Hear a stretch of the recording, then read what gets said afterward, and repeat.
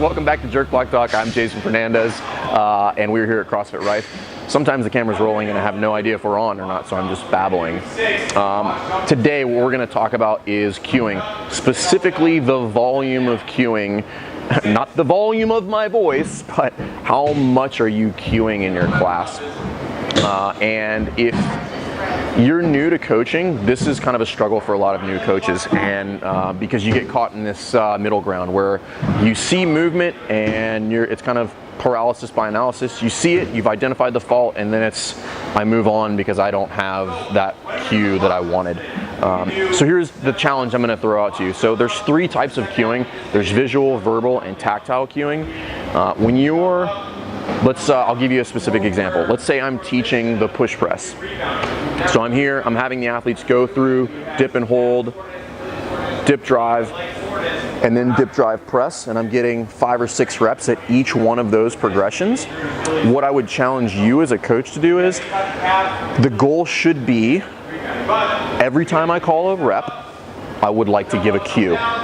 So that is the desired end state. And there's some ways that you can actually get more cueing than reps called, and if you can do that, you're a ninja, and there's some tricks for that. But really what we're always trying to really get people out of their comfort zone is, like, you should kind of have a running tally in your head of how many corrections I've given when I'm on the floor.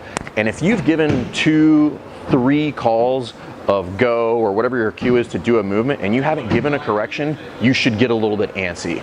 I know for me, like, if that happens to me, I get like I get a lot of anxiety. I'm like, I haven't corrected movement in 3 reps. There's no way in hell everybody in this class is moving perfectly, so I'm not doing my job. So that would be the goal. If that's not something that's going to happen for you just yet because you haven't really refined your eye to coach movement, then just pick a number, right? Say, I'm going to teach the push press. I want 15 corrections, or I want 15 cues that I'm going to give during that course of correction, and keep a running count. Like, put on your fingers. Like, I don't give a crap what you do, but start trying to quantify that stuff, or videotape. It's another pretty good opportunity to do that. There's no shortage of people videotaping shit in CrossFit gyms. We know that. So have them actually videotape you as a coach and get a tally on the amount of cues that you're giving.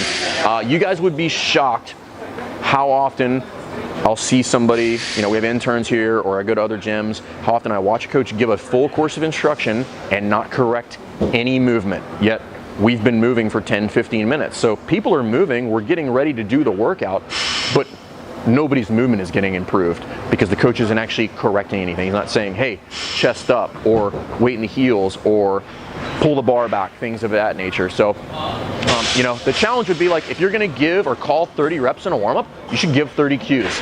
And there's some ways that you can double down on that, right? So let's say, for instance, MC and Cassidy were both athletes that I was looking at, or both athletes that I kind of saw the corner of my eye, there was something weird going on. I would line myself up to where I could see both of them in a line.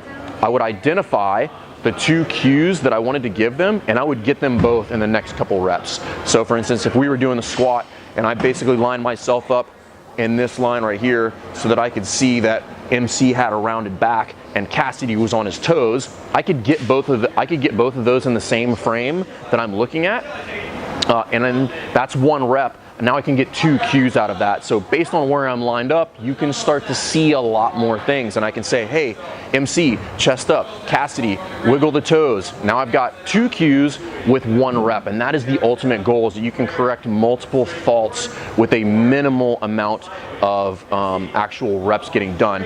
But more reps is always better. If you find yourself not being able to give enough cues, here's a simple fix.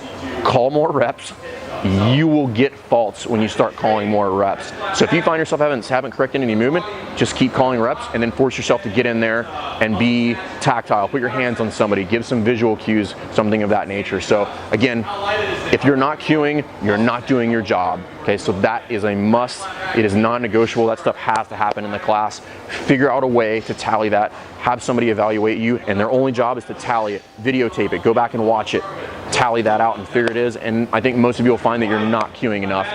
And it's something that I focus on all the time, and I'm never really happy with it. I always feel like I should do more, and that's the way you should feel as well. You should be giving it as much as humanly possible to the athletes when they walk into the gym. And if you're not cueing every time somebody moves, for the most part, you're not improving their movement. You're not giving them what they came for. So cue more, cue often, and cue well. We'll talk about some stuff on some do's and don'ts with regard to cueing in another video, but that's all we got for today. So cue often, do it more, do it so much that you think it's too much, and you're probably going to hit the sweet spot when you get there. So from there, then you just work on how to cue and effective cues. But first, what you have to do is get comfortable with identifying and then cueing, right? So however you like to give the cue, whether it's verbal, visual, or tactile, you just have to get used to identifying, and then what the follow-on action is once you've identified it. If you got questions, guys, please put them in the comments.